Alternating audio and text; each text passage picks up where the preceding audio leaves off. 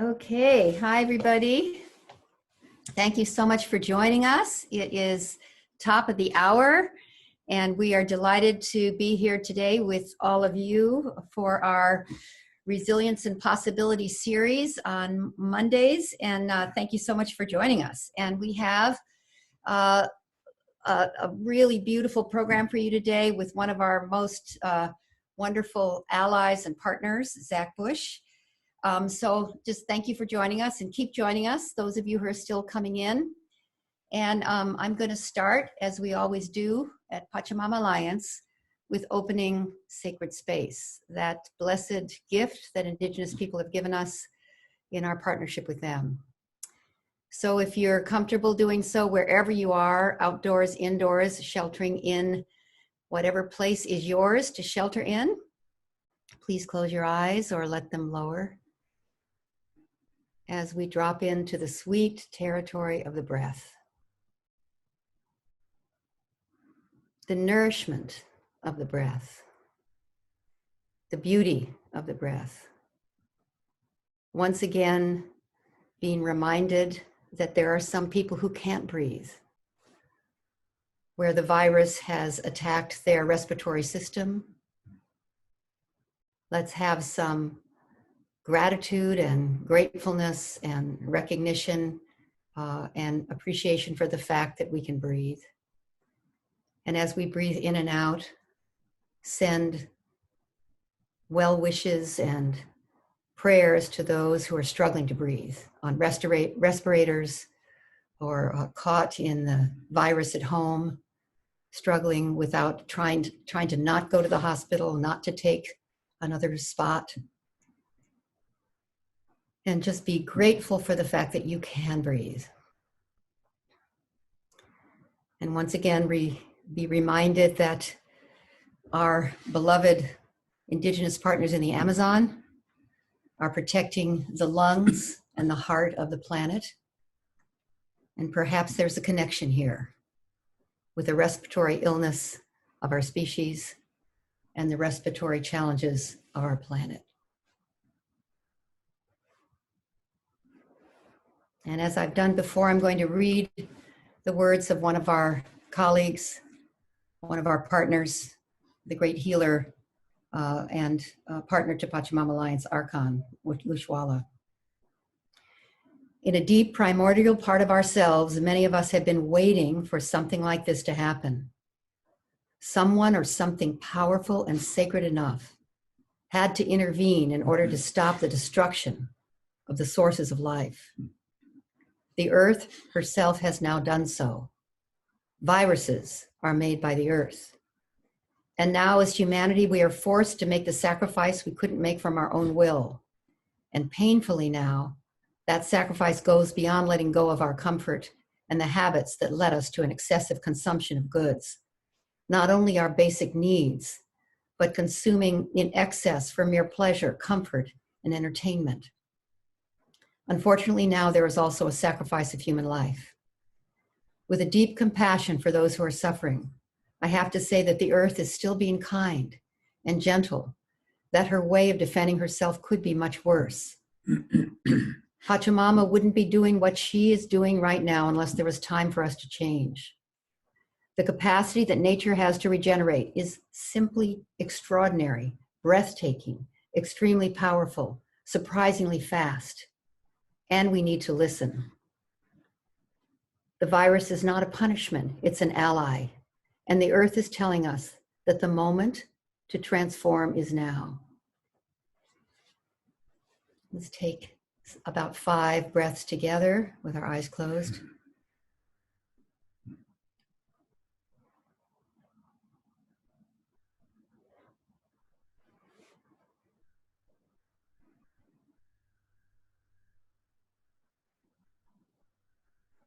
And one all together, a deep breath. And out with a sigh, and open your eyes and smile at the screen. Okay, hi everybody. Thank you so much for joining us. Those of you who just joined us. This is the Resilience and Possibility series at Pachamama Alliance. And just to remind you, I know many of you are coming every week and participating in all the different things we're providing, but the purpose of the Resilience and Possibility in These Times series, which this is a part of, is to strengthen and expand the global Pachamama Alliance community by providing offerings that generate resilience and possibility and a felt sense of being connected in these challenging times. And that's exactly what happens for me when I see all your faces on the screen, when I scroll through and see how many people are here. I love seeing you in your home or in your yard or in front of your house. I love that. Some people are actually in their car. So in our worlds where we're sheltering and where we're being in community, in isolation, and in a relationship, it's kind of a beautiful paradox, kind of an awesome, amazing, incredible time. So we'll just start by checking in a little bit ourselves on how we're doing. It's week 8 of sheltering in place here in San Francisco. We have just totally loved being in communication and conversation with people like the wonderful man we'll be with today, Zach Bush, but Charles Eisenstein, Rev D, our Earth Summit, where we talk to some amazing people, and the messaging, the communications that are coming through the great thought leaders of our time, and all of you are just absolutely amazing. Just there's some sort of portal now that's, I think, is open for wisdom, open for a reset, open for a rethinking, open for a cleansing, as the shamans have told us. And I can feel it in my body. I can feel it in my home. I can feel it in our relationship with one another and our relationship with all of you. So I'm, even though it's painful and there's horrendous suffering, particularly people who've lost their life or lost a loved one or lost their health, or people who've lost their home or their livelihood or their fortune or their salary or their job. At the same time, it's appropriate, I think, to know that we're widening the lens of our experience of humanity, and including in our space, our consciousness, people who have lost everything, and people who have accumulated more than they need, who are now realizing how that means nothing right now, in terms of what's essential, what's important, what really matters. So it's an important time for all of us. So. Yeah. Lynn and I were, before the call started, Lynn and I were sharing, we've spent 8 weeks together in our house together. It's probably the longest we've spent together in the 53 years we've been married, where we've been in one place for the whole time. And we were wondering, are we getting closer? Are we getting farther apart? We're actually getting closer, I think. The thing that I've noticed about this, I guess, 8 weeks, at the beginning, one of the things that was showing up primarily for me was noticing how connected we are, noticing how a virus that has shown up can affect everyone, people who are wealthy and privileged and people who aren't, and that we're all in this together. And that's the way it looked at the beginning for me. And I thought that was a wonderful thing to notice, because it did show us, and we did see how connected we all are. And the thing I've noticed the last couple weeks is, or for me personally, the second half of this 8 weeks, is it's also pointing out how separate we are, though, also. How the effect of the virus is being borne by a class that's been marginalized, that's not been able to participate in the growth, the wealth, the abundance of our societies, both in our country in the United States, and I don't know if it's the same in other countries around the world that have the same degree of inequality that we have, but certainly between countries. And there's places in the world where people don't have the ability to shelter in place. And the real issue for me now is, it's great that we've seen how it's shown us how connected we are, and it's also really highlighted how separate we are and how our society has marginalized and given advantages to some and not provided it to others. And what I'm really grappling with, and what this series, Resilience and Possibility, is about, is for us to look at how do we how do we take what we've seen out of this experience and use it powerfully to shape the world that we do want to build. There's some things that we've seen, sort of the curtain has been drawn back around this issue of, well, we don't have the money to pay for it, or we can't give universal health care because we don't have the money, or we can't have a social safety net in our country because we just don't have the money, or how would we pay for it? And what we've seen and what's been revealed to people, and I think it's really important for us to notice this and remember it, is what we're being shown is that's an illegitimate question. We actually have, in this country and around the world, we have the ability to direct purchasing power to the places where we want to direct it to build the world we want. And it's not a question of how do you pay for it, it's a question of what our will is. And I think that's a lesson that's shown up now that COVID has allowed us to see. And I'm really interested in how we use that insight as we come out of this, as we come not back to normal, because it's not like there's a normal we should snap back to, but how we come back to a foundation that really builds, that has embedded in it the ingredients of building a successful, socially just, environmentally sustainable world for all. So that's what this series is about, and one of the people we're going to talk to today is going to be one of the people who has some great insights into that. So we'll take it from there. Yeah, so I want to give him as much time as possible. He has so much to say. And so our guest today is Dr. Zach Bush. And Zach Bush is a triple certified physician. He has been trained in 3 different, he's like a doctor 3 times over, which is pretty intense in terms of the scientific background he has and the depth of his capacity to understand research, particularly research around cancer. But Zach is also a spiritual being, as is everybody, but he's in touch with that. And Zach has had a huge impact on me, I'll just say, and it can make me cry since I first met him and first became familiar with his work. He was introduced to us by Paul Hawken because Zach is making a contribution to Paul's work in regeneration.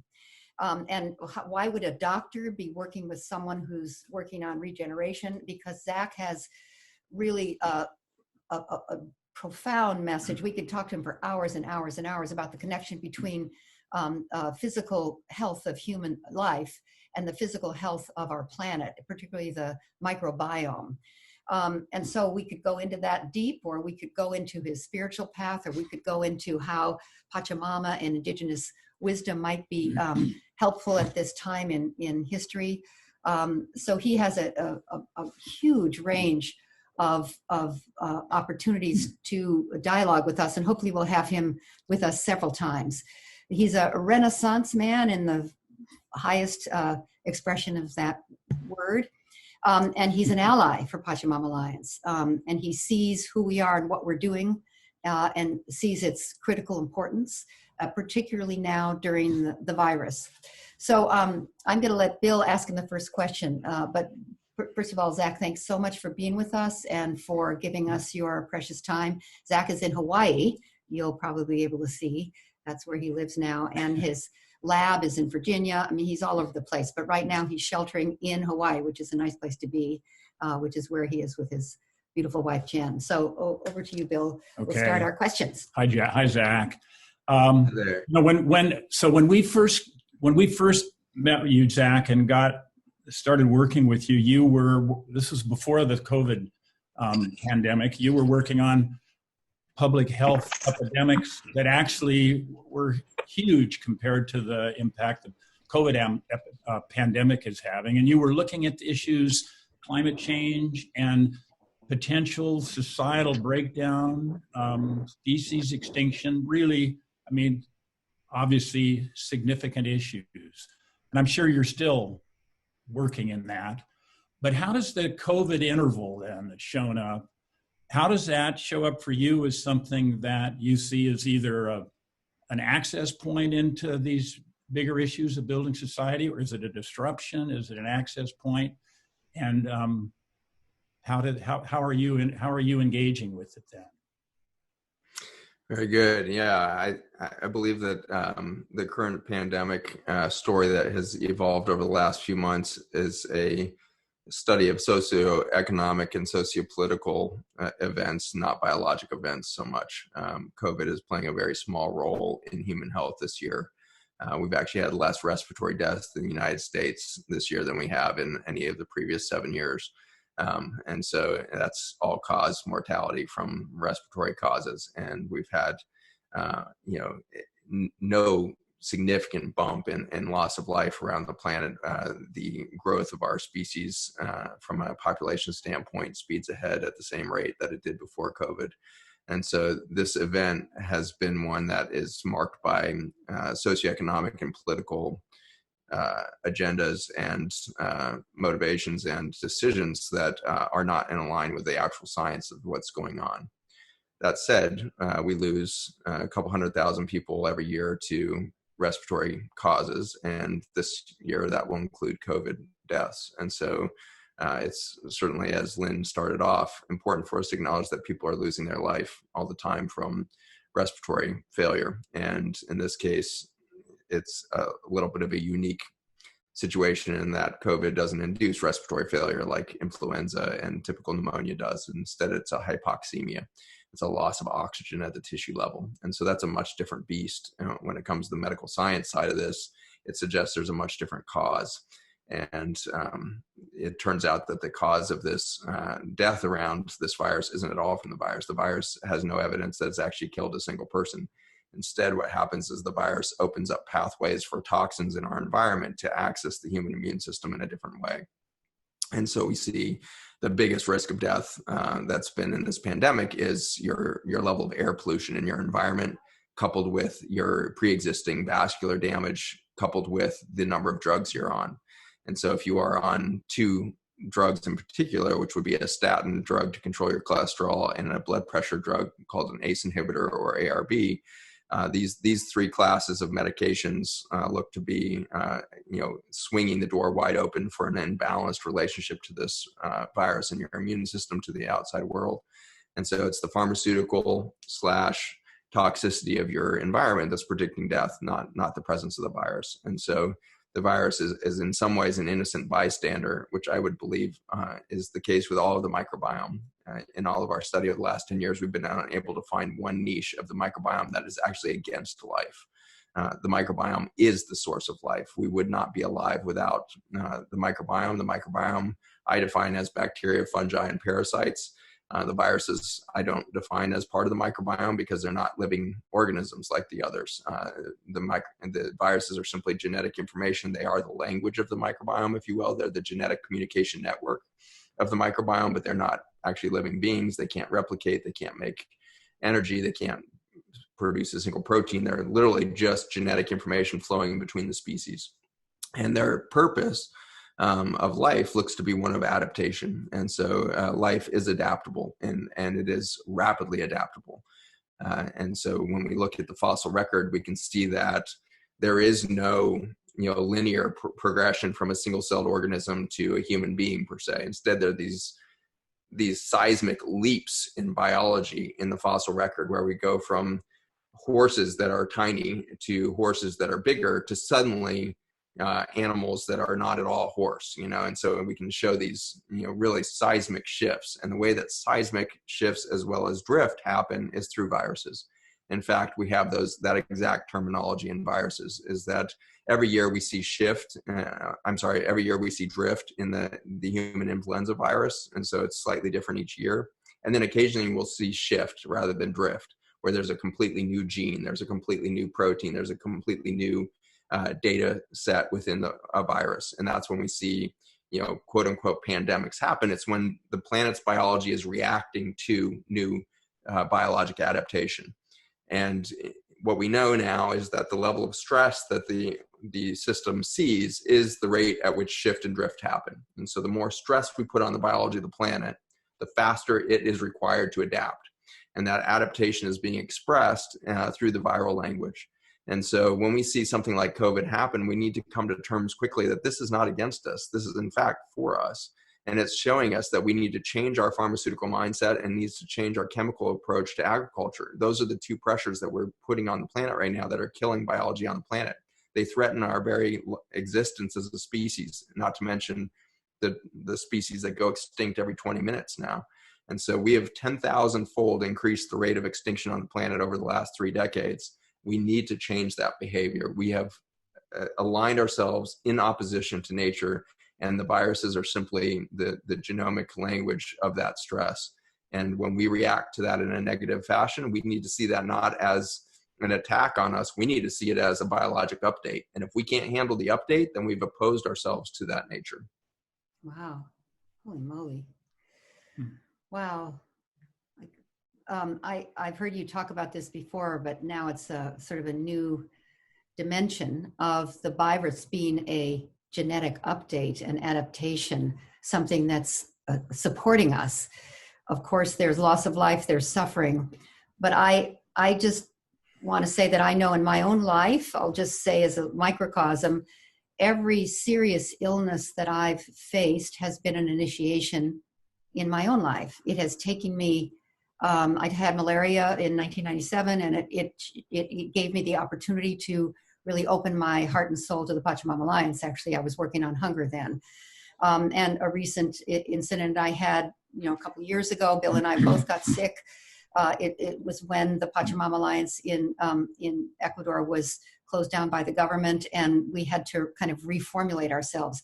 So I also think that I've heard you talk about the virus being almost like a spiritual, or the time, what it's creating for us is a spiritual initiation, as well as a biological update. Could you talk a little bit about that?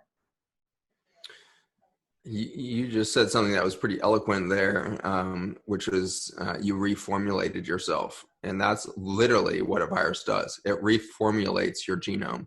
And so it adds new genetic information to put into perspective how common this is and how important this is. 50% of the genes in the human genome are now recognized to be from viral source. We're probably going to hit 99% of that from viral source, but we've already found that 50%. A full 10% have now been discovered to be purely from retroviruses like HIV.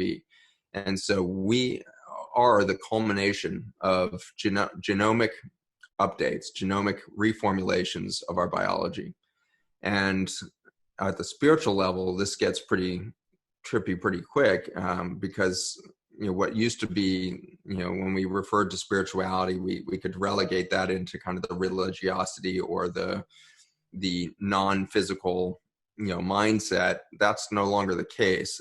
We now, knowing quantum physics and developing our understanding that we're not actually cellular beings, we're actually atomic beings. We're not made out of cells, we're made out of atoms. And at the atomic level, water plays an extraordinary role. This planet would not exist without water. None of the biology on Earth would function without water. And the main place that we see that truth unfolding is on the DNA, ironically. DNA, the double helix that you're familiar with from Watson and Crick in the 1950s there, we thought that was the template for life. We thought that the genome that we inherited from mom and dad would shape who we are. We then thought that mom and dad's teaching to us would form our religious worldview. And I would argue that that was probably the case for thousands of years, that we were very much shaped by that. But what we've seen since, I would say, that the 1960s, we have seen what then was titled the Age of Aquarius. This almost liquid state of spirituality came to be, where suddenly children raised in very conservative Christian homes, post-World War II era mindset, were exploring the very edges of consciousness as well as spirituality through things like psilocybin or LSD. And we saw this real stretching and tearing of the fabric of religious structure around the concept of spirituality. And what we can now map some of this back to, bizarrely, is water structure, and that when water vibrates, it changes the behavior of everything around it. And the DNA of Watson and Crick is now recognized to be a very small part of who we become. Most of what shapes who you are today is actually the bacteria and fungi around you. More than 90% of the work done in the human body is done by bacteria. We haven't even begun to calculate how much work is done by fungi. There's about 30,000 species of bacteria, there's 300,000 species of parasites, and 5 million species of fungi involved in your biology. And we are just starting to get a glimpse into the fact that you are hardly human. You are actually a consciousness that is organized around the perception of a physical body, which of course is a perception, since everything is atomic in structure. We're 99.97% vacuum space. That vacuum space is full of electromagnetic field, which is a resonance frequency. When resonance frequency hits water structure, the DNA changes shape and behavior. And so we are now knowing that our DNA can build over 4 million different human bodies out of the genetic information that was handed to you from mom and dad. And so if you're frustrated by your health or your aging or whatever it is that you're facing right now, it's because you've been handed a very small belief system and a very small toolbox of how to build a different body tomorrow. And we are coming to terms with the fact that we missed the boat of quantum physics that Einstein rolled out for the physical world. The medical world just ignored completely. If you talk to any doctor right now about energy medicine, they're going to treat you like you're some sort of quack, when in fact it has to be energy medicine, because we are built of energy. We are energetic beings. And so we have this extraordinary opportunity to realize this singularity moment where quantum physics, human biology, and our understanding of consciousness, which is the result of vibration on water and its interaction with the biologic world of DNA, the DNA functioning as an antenna, by the way, which is an interesting, new theory that's starting to really bear out, which is the reason you know who you are, Lynne. You've never woken up once thinking you were me, which is really bizarre. That's something that in neurochemistry we've never figured out. Like, how does Lynne know she's Lynne? And for all of us, when we interact with you, Lynne, you have a very unique energy. And I never get confused after leaving the Twist household whether I'm talking to Bill or Lynne, because I can feel the differences of energy between you two. It's a very interesting thing that we are finding out, that spirituality needs to be welcomed into the sciences. But what this is really demanding is the sciences open themselves up to philosophy and open themselves up to spirituality. And so we have a really wonderful moment of cooperation and co-creation now as scientists, as philosophers, as human beings, as spiritual beings, ultimately as light beings. What are we going to co-create together now? And I think that's the chapter that's opening up. COVID, again, not really as a biologic event on Earth. This is a ripple in the planet. This is nothing more than happens every single week, every single year. There's been 12,800 new viruses since 1976 alone that we've been able to track. I'm sure there's hundreds of thousands that we haven't been able to characterize, but 12,800 new viral outbreaks around the planet since 1976. And so this is a daily, if not weekly, experience for a new virus to passage around the Earth. It's been going on for nearly 2 billion years before we showed up. And so it's not a new thing. What is new is our socioeconomic and political decisions around that. And that is starting to show symptoms of the end of an empire. We are showing the desperate behavior, the abusive behaviors, the loss of civil liberties that you expect from an empire that's in collapse. And so the United States in our last few weeks has identified to the world, if they're paying attention, as an empire in collapse. And the powers that be are taking more and more desperate measures to control information, to edit information, to edit the internet, to edit everything. I put up a very benign seeming post on challenging the numbers that were coming out of China and the CDC at the beginning of this thing, and my Instagram account immediately got taken down. And so there's this much, and I'm a small flea on the side of the CDC, as if they could even possibly care about what I think. And when that happened, it made me realize that the amount of editing that's going on has reached a very high level of definition, meaning tiny little pixels in the tapestry of free information are being controlled now. And so I think that those are warning signs to us that we are in collapse as a nation, and we should expect to see catastrophic financial instability and loss over the next decade if we don't change direction quickly. Wow. Hey, Zach, that analysis you just gave, deep structural analysis of DNA and water, who else is in that? Who else are you engaged with in that conversation? Is that a conversation that's getting more in the mainstream? Where does it exist? That's the first I've heard of it, but this is not the first time talking to you that I've heard something for the first time too. But where else is that conversation going on?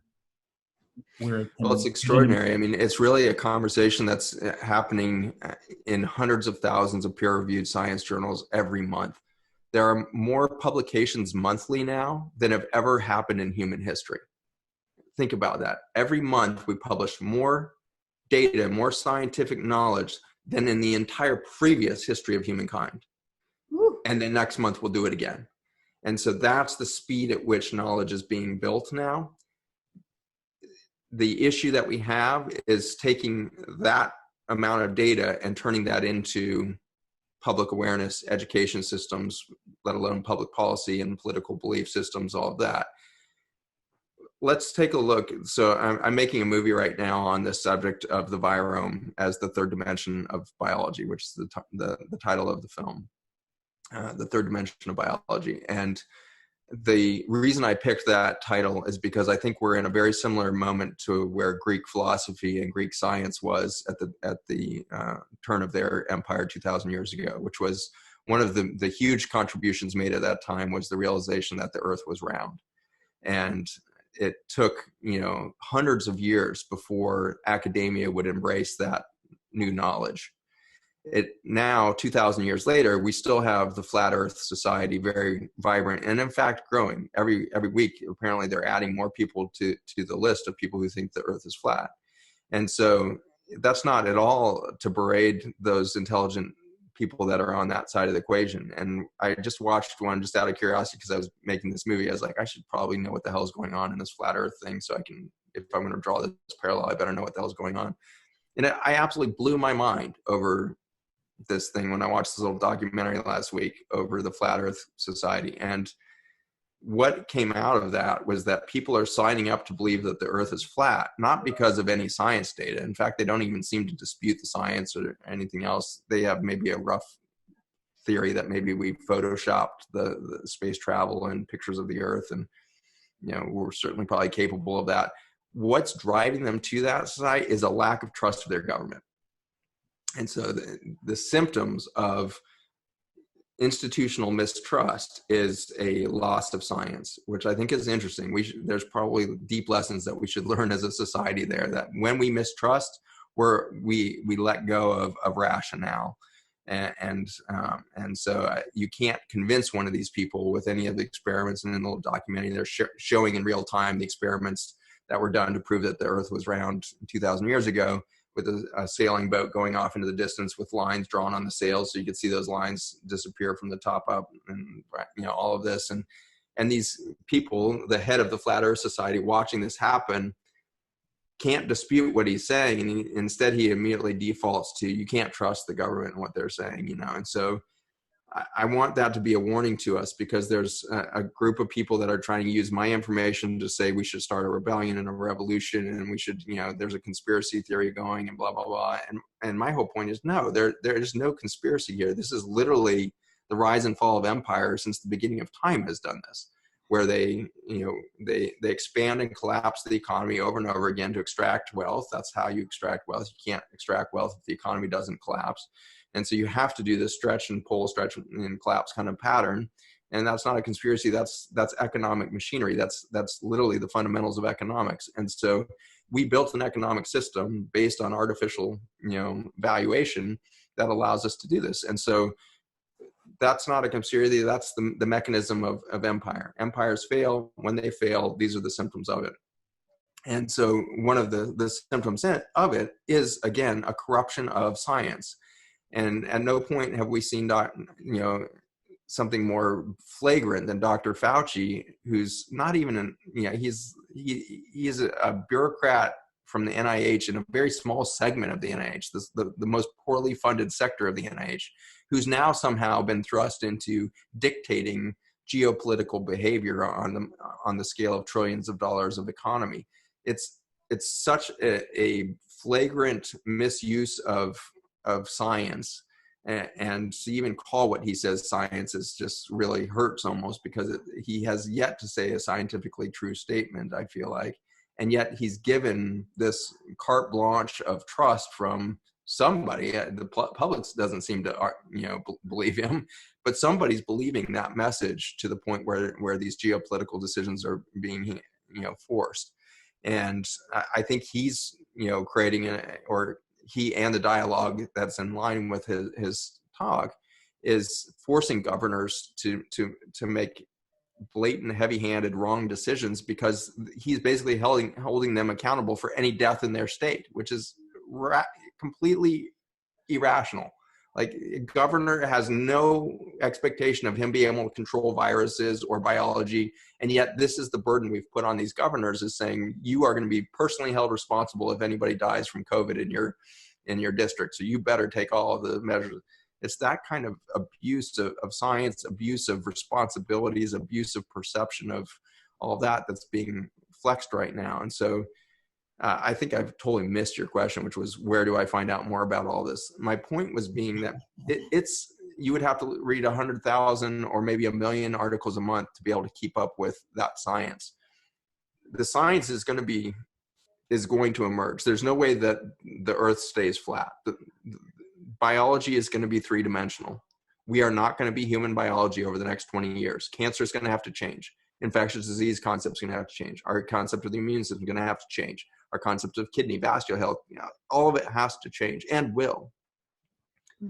The question is, who takes advantage of that transition? $3.5 trillion medical industry just in the United States has to rearrange. Who's going to take advantage of that opportunity? Is it going to be the current power structure, or are we going to create a grassroots participation where the world, the people, get to participate in the reorganization of that $3.5 trillion? And that's my hope, that COVID is opening up a channel of communication right now where we get a grassroots global participation in the redistribution of wealth on this planet, rather than the typical collapse into a few hands. Yeah, my hope too. Your hope too, I hope. Yeah, no, definitely.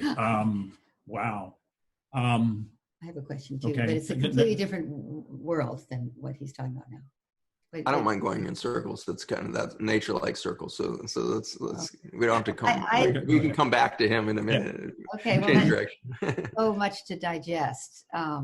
Always when I hear you speak, because the breadth and depth of your knowledge is amazing. And one of the things that makes me always listen differently to you, or more deeply to you, is how you came to be the kind of guy you are, the kind of doctor you are, the kind of scientist you are. The story of your revelation, your download, your spiritual moment. Would you be willing to tell that story? Is that too personal? Yeah, I mean, I guess I should put that in perspective. My life is very common. I feel like I was born to two hippies in Boulder, Colorado. My dad was, very much born into the elite scene in Washington, D.C.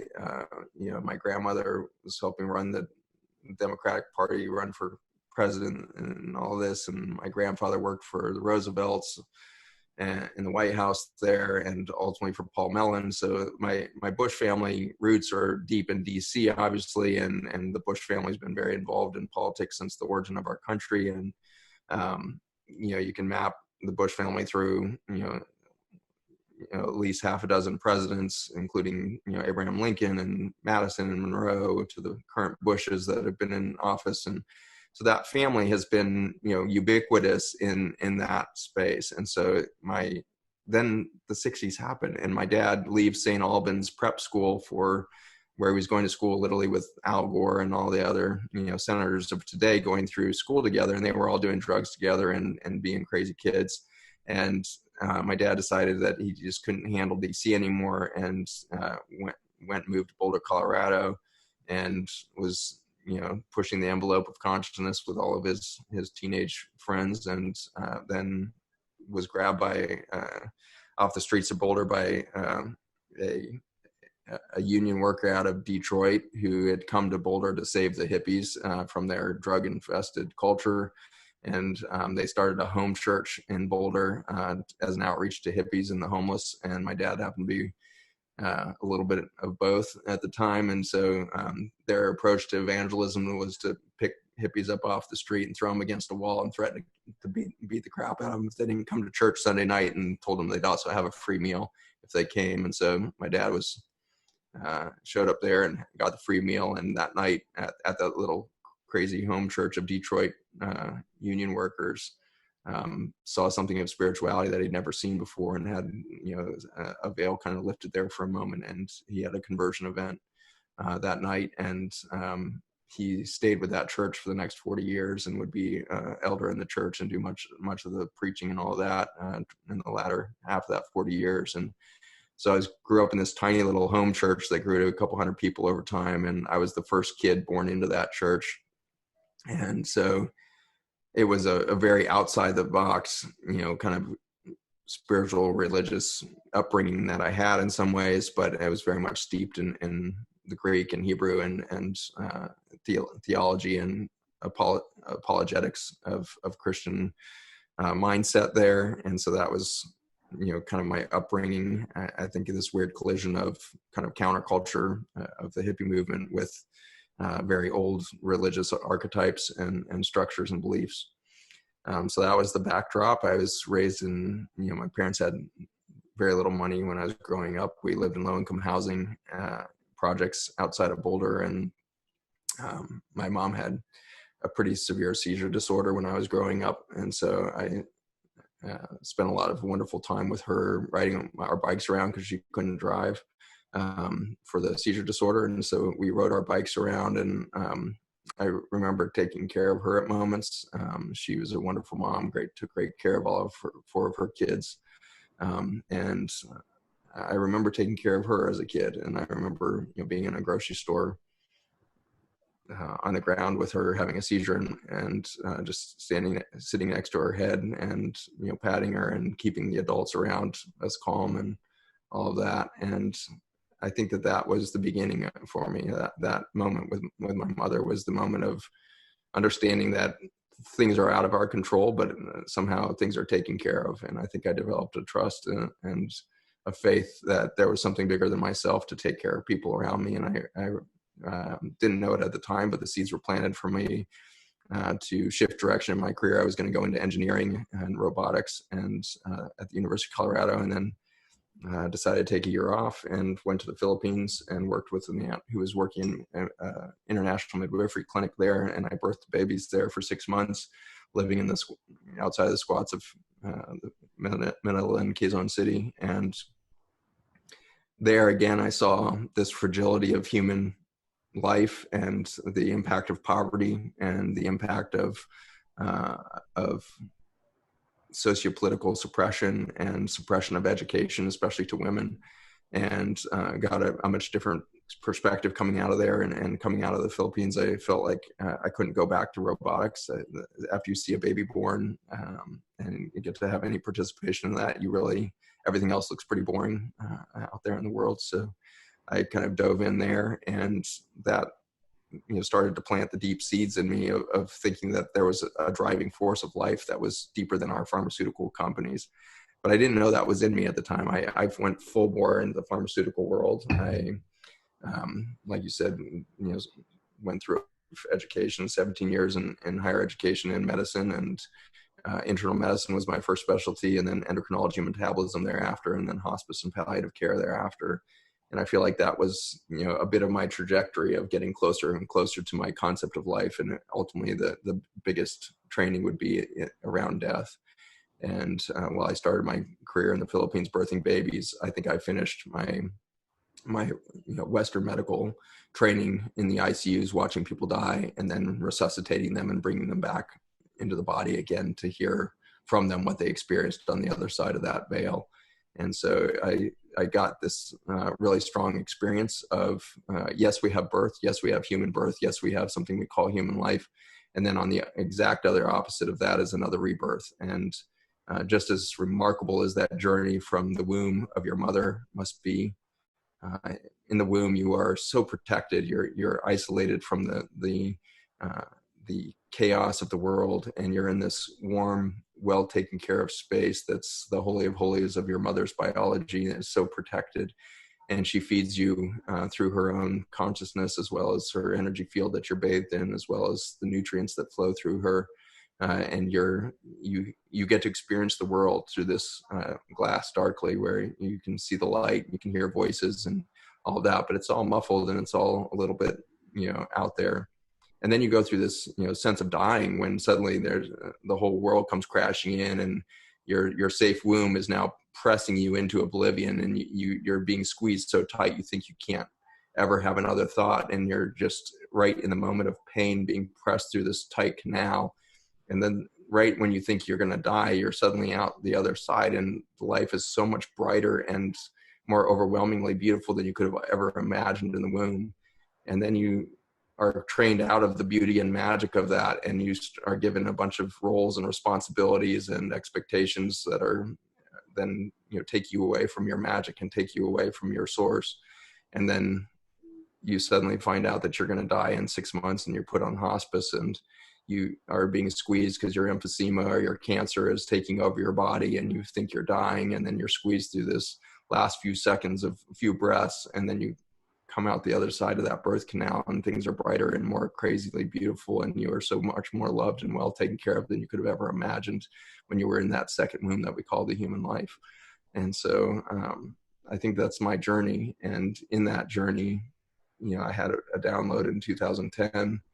To answer your question, I guess in the end, is that I paint that big picture to show you just how small this event was, because it could have been like, oh, I had this huge download and it was brilliant. In the scope of what I just described, it's this tiny little moment. It's a little thing that happened, which was for a moment, maybe the veil got taken away from my eyes for a moment, and I suddenly saw my life for what it was professionally. And I realized that no matter how good I got at chemotherapy and developing it, which was what I was doing in my laboratories and getting funding for, I realized that there was not a single case of cancer that had ever happened in human history that was caused by a lack of chemotherapy. And so that simple realization turned my whole attention, because I realized I would never get to the root cause or a root solution for my patients. And therefore, them and I would continue to chase the wind on whatever it is we call health, because we don't understand it.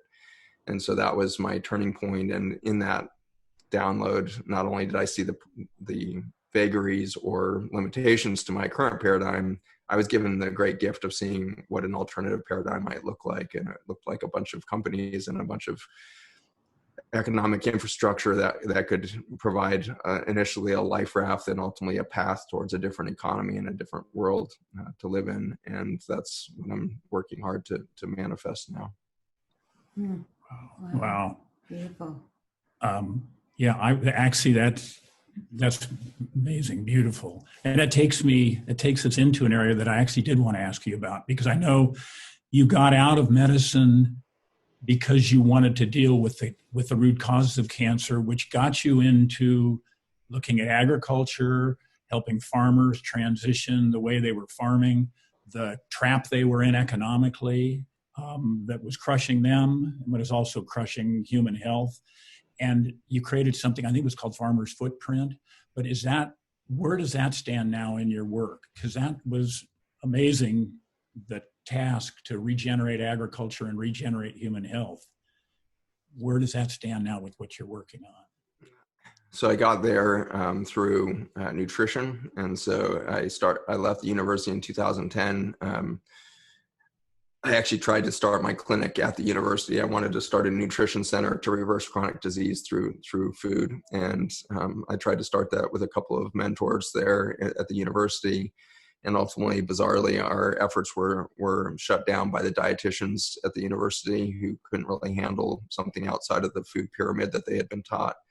And so a plant-based diet to reverse chronic disease didn't fit at all into that model of dietetics and hospital nutrition that was, really the place that funding happens for hospitals, and that it's the only place they interface with nutrition is in that funding around the pharmaceuticalization of food. And so if you don't know, dietitians are not actually trained anything about how to create a whole food plant-based diet or anything like that. Instead, they're trained on how to create tube feeds of artificial nutrients and put those into a milkshake that gets dumped into tubes of people's stomachs, or how to give intravenous food when people can't eat. That's what takes up their world. And so this is why dietetics and ultimately hospital-based nutritionists have been unable to change the paradigm, is because they spend most of their time just as physicians learning the pharmaceuticalization of their field rather than the root cause or root solution for their field.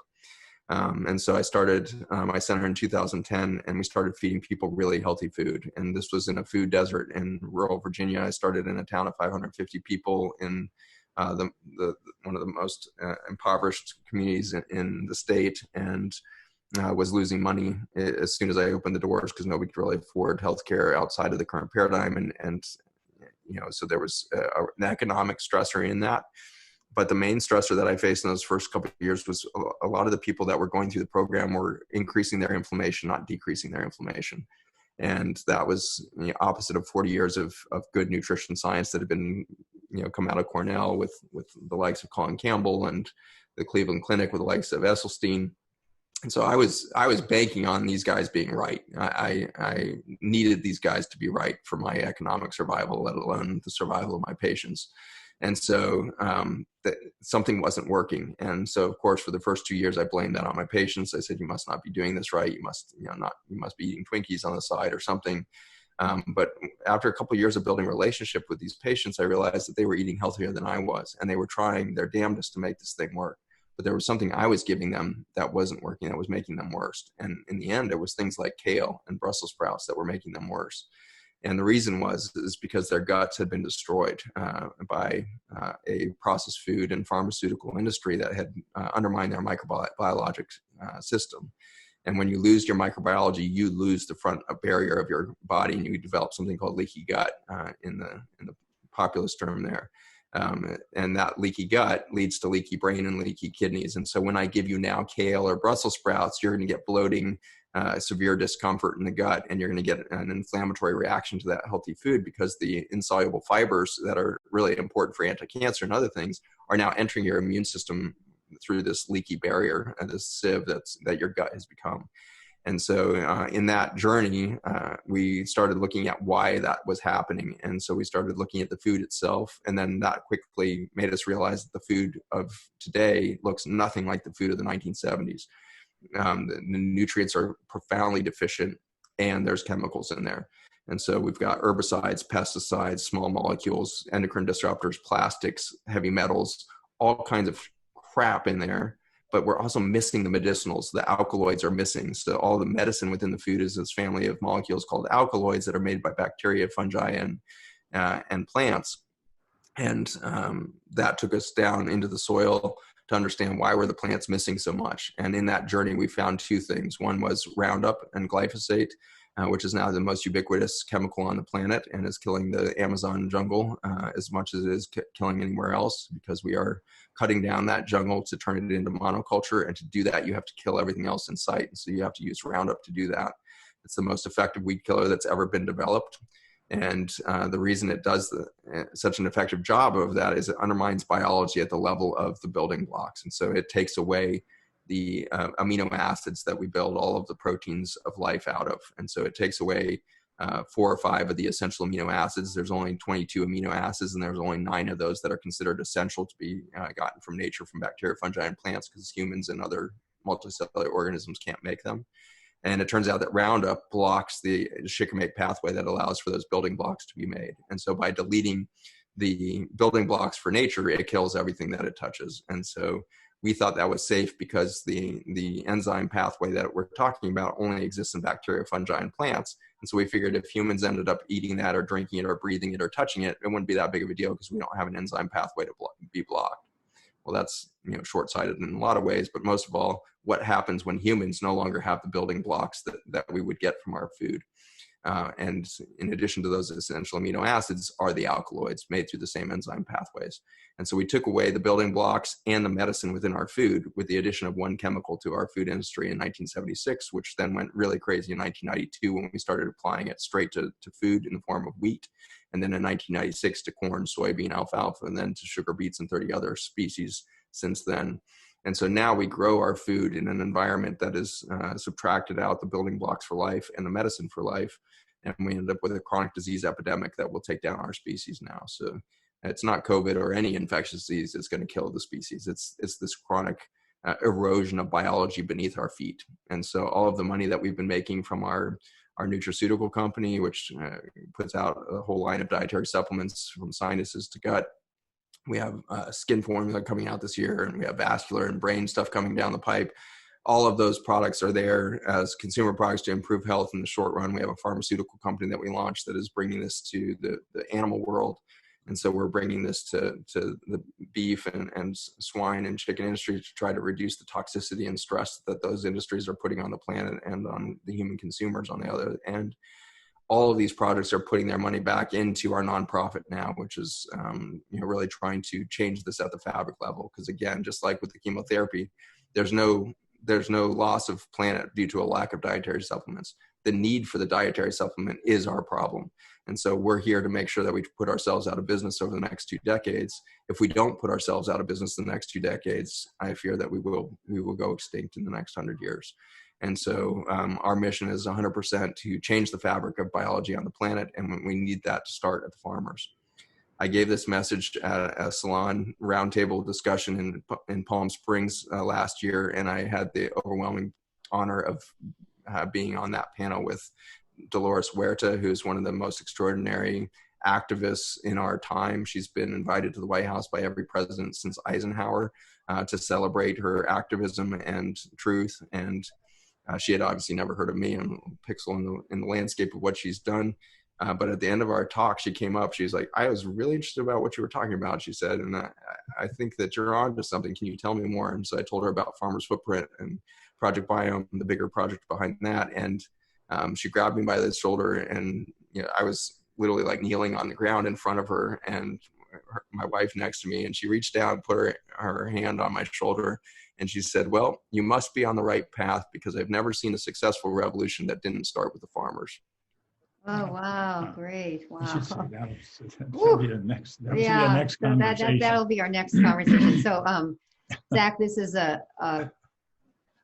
unfortunately the end of our hour, which needs to be like 100 hours to really begin to have a conversation with you that everybody can participate in. I want to just thank you for being you, for opening your heart and soul to the messages that are coming through you, for being a prophet, actually, and for being our friend, and for being an ally to Pachamama Alliance. And we're honored to be an ally to your work. Dolores Huerta was on our Earth Summit. We know her too and have enormous respect for her as well. She just turned 90, by the way. Her birthday. I know. She's such a powerhouse. She's one of the few people that can talk and think faster than I can. So like when I was just struggling to keep up with her on stage, she is a powerhouse. Amazing. Well, so with great gratitude for you, and this time, let's have this be a to be continued for forever, but for certainly for the next little while, we'll schedule another time with you if you can give us a little more time. And I just want to thank everybody for being part of this conversation. It was recorded. It will be available. You can unpack it by going to our website. And the new pattern of this Resilience and Possibility series that we've been doing every Monday, we're now going to do it every other Monday, this kind of conversation like we've had with Zach. And on the other week, so it'll be every other, and then next week will be a workshop that we used to do on Friday. The workshops will be every other Monday, and then a conversation like the one we're having with Zach will be every other Monday, if I said that right. And we're doing the Sacred Space opening every single day as part of our Resilience and Possibility series. And once again, thank you all for being part of this. Thank you all for being Pacha people. If you're not a Pacha person, you are one now because you joined this conversation. And then, the thing that is so true about you, Zach, as sometimes devastating as your information is, it's on that end of the scale. It's also as hopeful and filled with possibility and resilience and truth and integrity and what we all know to be true on the other end of the scale. And all the way through, I experience what's driving you is love. So thank you for being such a remarkable doctor, such a remarkable human, such a remarkable teacher, such a remarkable ally, and to be continued. Beautiful. Yeah, thank you very much, Zach, for sharing with us. And thank everybody for participating in this conversation. More to come.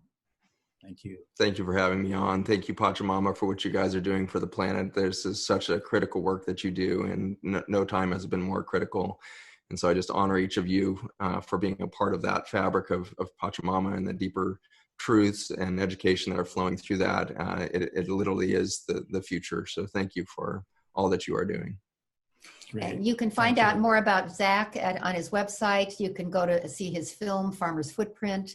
You can get involved in all the things he's doing. I recommend it. We're allies now and forever. So thank you, everybody. Take care. Stay safe.